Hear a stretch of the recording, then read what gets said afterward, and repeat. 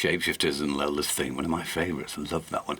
We're talking aphasia at the moment. This is what Mark's come in for, and Caroline and Anna. Mark, first of all, tell me what actually happened to you. How did you... well, you suffer from aphasia. Oh, yes. First of all, what actually happened to you in the first place? Well, the story goes back 8 years. Excuse me if I get stuck with words, but that's part of it. So do I. And I haven't got it. And I don't know. I didn't look after my health. I can be honest about that. And I was getting stressed at all manner of things. To come to a point where I finished work. I came all the way from Leeds back into Ilkley on the train, get into home, have a bit of tea, and then go for a sleep, then wake up, and then I collapse on the floor. And before I know it, I'm dragged back by a wailing ambulance from Ilkley back to where I came from 2 hours Absolutely before. no warning at all? No, none to me.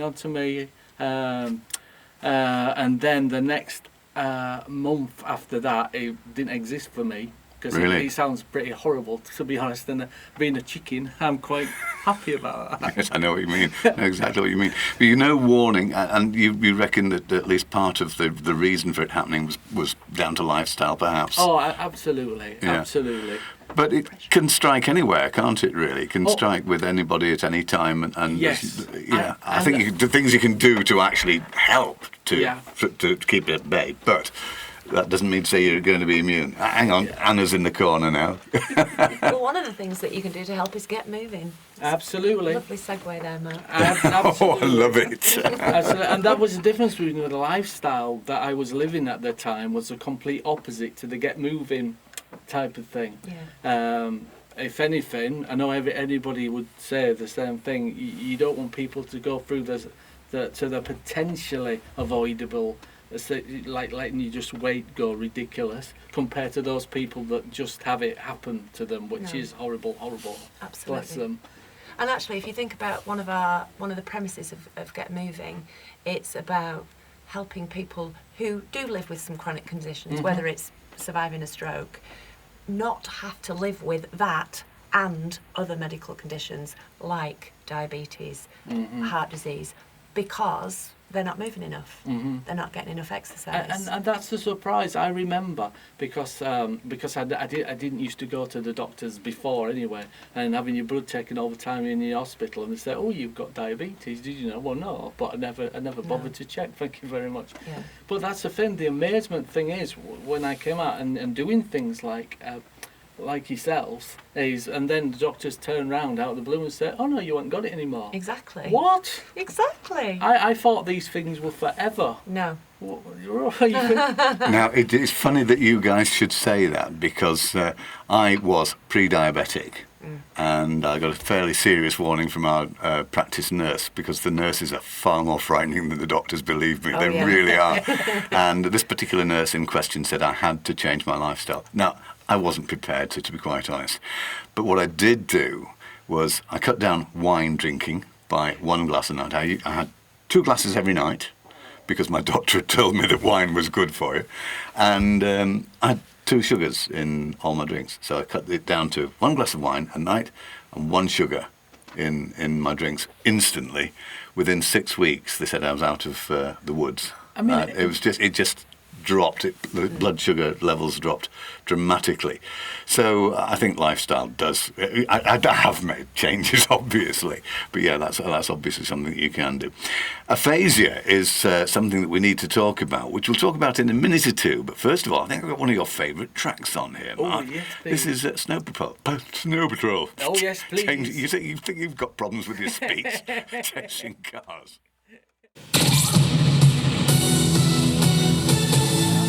Guess.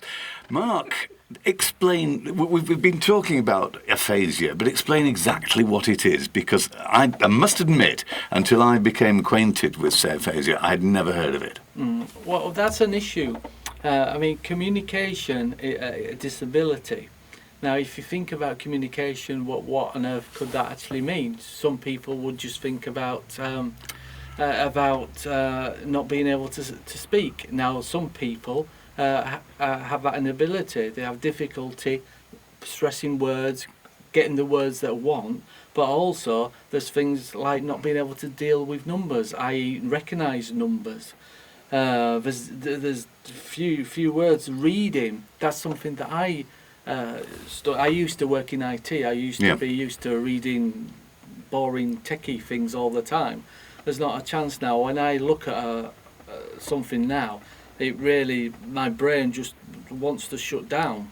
In fact, it doesn't have an option. Sometimes you have to look away from it because it's so. Writing's difficulty. Like I say, numbers. The thing is that with aphasia, there's 350,000 of us in the UK, but nobody's heard of it.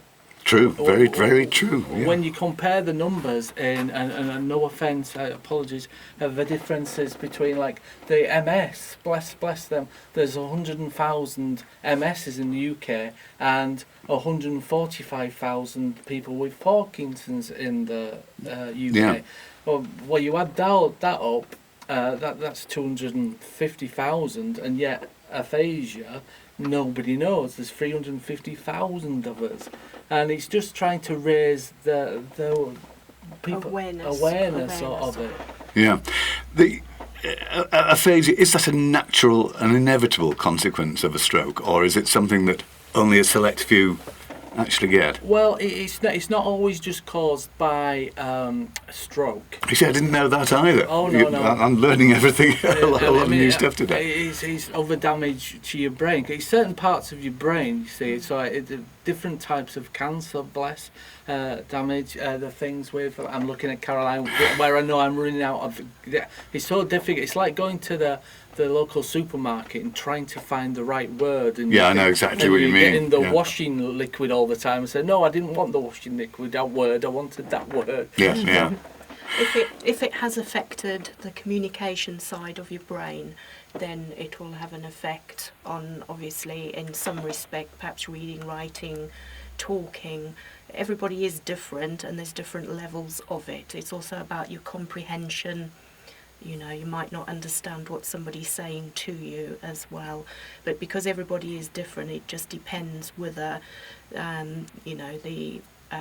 you had a stroke or another condition, and whether it has hit the communication centre of your brain. Perhaps we ought to have some more music, but let's talk about the actual charity itself. What does it stand for? I mean, it's presumably, obviously, it supports people with aphasia within the area. But tell me a little more about it. It's a brilliant little charity. It's not one of your Oxfams. It's nothing like that. It was started by a lovely man, Colin Lyle. Started down in Hove in Brighton, and bless him, he's been trying to get a drop in Skipton for ages. He finally beat us, and bless him, and that's what we started a couple of months ago. And what it is, it's just 2 hours of getting people with aphasia to have the freedom to attempt to communicate, whatever that version of communication is. It might not, like I was saying about just people trying to find the right word. It can be, can you draw a picture? Is this what you're trying to say? Yeah. Just trying to develop and getting faith and enough trust and energy to say, come on, keep pushing and see, because you've got to progressive. That's what I found after 8 years. It'd be so easy to give up. Yeah. And you think, well, it's not worth it. Come on, if you got some strength, and changes the subject. I suppose it's like with the fantastic. See, you can tell I'm struggling for words.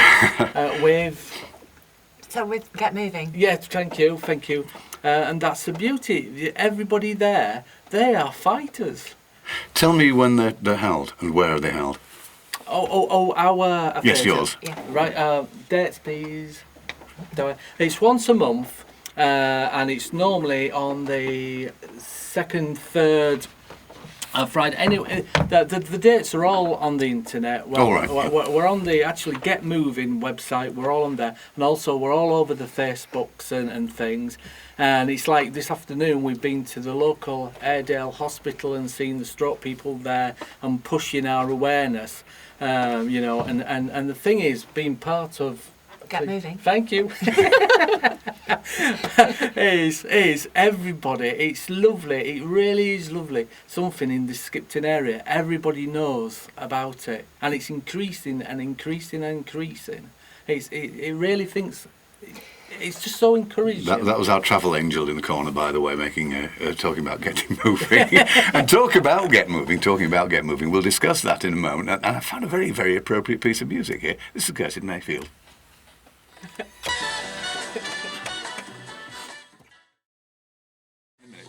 Just about. I'm trying not to panic here. The music is running out and we're looking at posters and stuff like that. I really shouldn't be doing things like that. I'm going to turn to Anna now, and we've just played Move On Up. Get Moving, what's that all about? Get Moving is about getting moving. Yeah. So aimed at people who would typically find being active a little bit more difficult. So for people like Mark, a stroke survivor, it's not just restricted to people who have survived strokes. So people who've got MS or Parkinson's, and it's about creating a safe space for people to support each other and get moving. Because we know, as we said before, that if it's the more active we are, and it doesn't matter who we are and what we're living with, the more healthy we are. We get physical and mental benefits from that. So we have people who might have MS, Parkinson's, stroke survivors, but we also have people who are recovering from hip operations or knee replacements, things like that. And people who, dare I say it, James, are just a little bit older. She's looking directly at me saying this. You were the one that mentioned age before. Well, that's true, yes. Yeah. It's only numbers. But people who maybe are not quite as agile and mobile and flexible as they once were. And this is about helping people live independently. Some of the stories that we have, this is not about running marathons particularly. It might be about getting in and out of your car or getting up and down out of your sofa. Everyday things that, broadly speaking, we take for granted, and we shouldn't take them for granted. And apart from anything else, we have a good laugh and have lots of fun. So what does Get Moving actually do then? And you say you get people moving, but yeah. is it like exercise classes? Exercise classes with a difference. Yes, it is. One of the things that I was struck by when I first started to work with Karen Rees from Rees Fitness, who started all of the Get Moving stuff, was how they're not like just gym exercise classes. I've been going to the gym and for years. It's more like a club. It's more like a friendship group. People genuinely look out for each other and support each other and encourage each other. And we train people exactly the same as we would train anybody else. I coach netball, and a lot of the netball drills and techniques I use with our Get Moving clients. So it's about helping people be fitter and stronger. And do you know, one of the biggest things is confidence. It's the confidence to try stuff. So often people will have a real fear of something like falling. So if you are reliant on walking aids, sticks, walkers to help get you around, often people will say, I can't move about without these. Well, actually what we work to do is to practice some of the stuff that they don't ordinarily do for fear of falling, because it's very real, that fear. So we don't ignore it, we just work around it, because there's always a plan B. I'm looking at Mark, you know this, don't you? There's always a plan B. Mark, what would you say, what benefits have you had from Get Moving, would you say? Massively.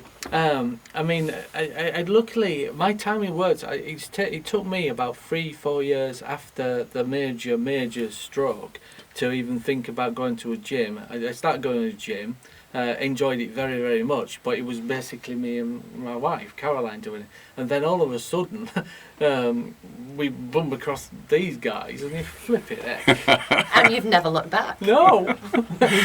Is there hope for people like me? I mean, I've led a fairly sedentary life, and always hope. When you get to my advanced years, you tend to think, well, this is it, really, isn't it? It's a sort of downhill all the way from now on. Can you do anything for the overall fitness of, say, the over 70s? Yes, absolutely.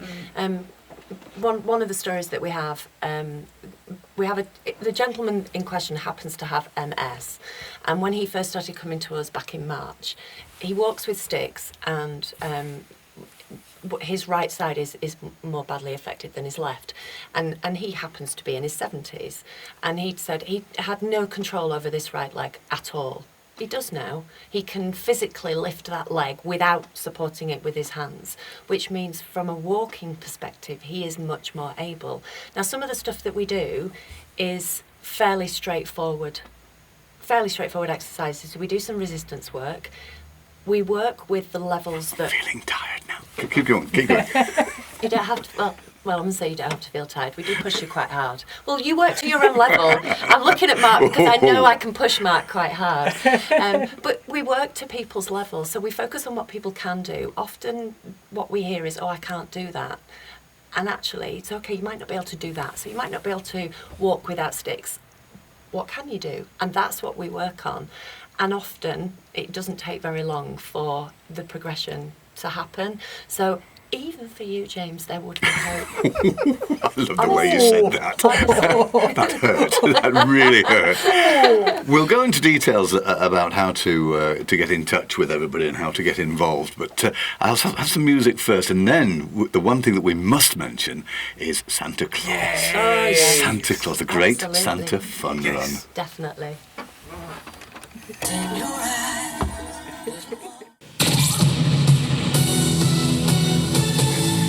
Right, Mark, Santa Fun Run. This is something that we've covered every year, and it's just such a tremendous event. I think it's now linked with the Christmas light switch on, isn't it? Oh, yeah. Yeah. I know they've put a lot of effort into to get everything as smooth as possible for it.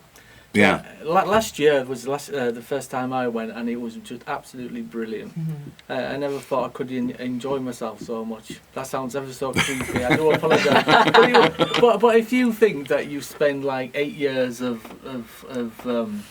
all sorts of, and then you find yourself among nearly 2,000 other people dressed up as Santa. It's just ridiculous. All sorts of things you can get up to without anybody recognising it, aren't there? It was a Santa. It was somebody dressed up as a Santa, honestly. Yes. Pinch those oranges off my stall.